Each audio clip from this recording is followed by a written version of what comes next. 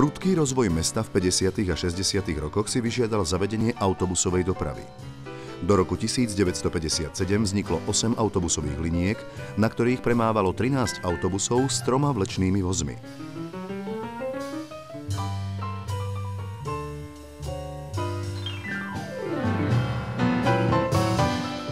4. januára 1960 začala výstavba východoslovenských železiarní, ktorá najviac ovplyvnila rozvoj dopravy v Košiciach.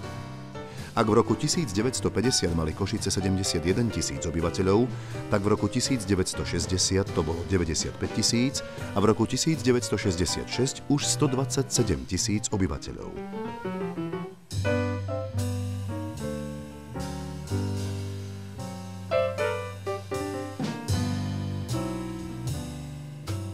Základnou úlohou dopravy bolo vybudovať spojenie medzi mestom, sídliskom Terasa a hutníckym kombinátom.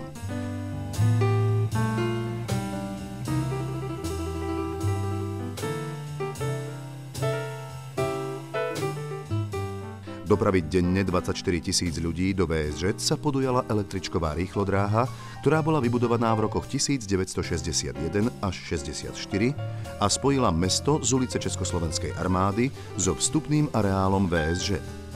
Dĺžka trate bola vyše 13 kilometrov. O 2 roky neskôr sa k rýchlodráhe pripojil nový 2-kilometrový úsek medzi Štúrovou ulicou a križovatkou na Moldavskej ulici.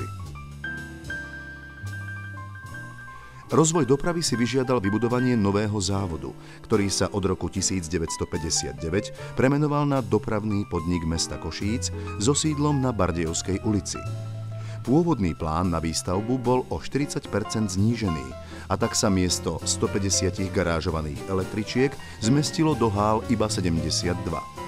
Celková kapacita objektu s odstavnými koľajnicami je dodnes 130 električkových vozov.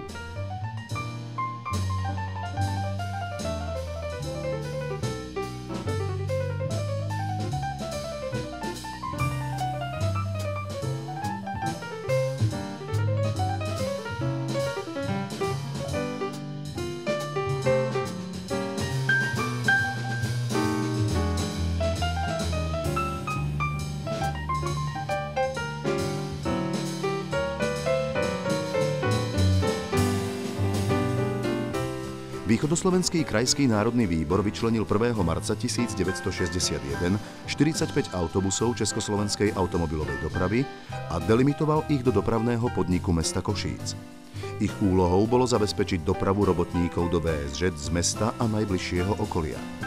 4 novozriadené mestské linky spojili centrum s novovybudovanými satelitmi. Keďže kapacita starých autobusových garáží pri železničnej stanici už nestačila, pristúpilo sa k vybudovaniu nových garáží v džungli na Hornáckej ulici. V čase ich odovzdania v roku 1965 sa prejavil zlý odhad pri ich plánovaní. Dopravný podnik už vtedy vlastnil 130 autobusov a 13 vlečiek, čo bolo 2-krát viac ako kapacita nových garáží. Na pomoc autobusovej doprave vo VŽ bola v Šaci zriadená provizórna garáž. V roku 1967 boli v Šaci postavené nové garáže a údržbárske priestory.